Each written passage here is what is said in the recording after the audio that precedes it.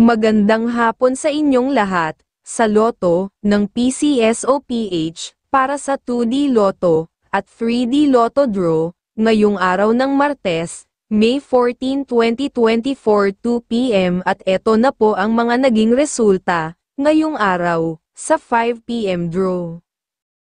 Para sa 2D Lotto, 5 p.m. draw ngayong araw ng Martes, May 14, 2024, ang mga lumabas na numero ay number 26 at number 12 in exact order.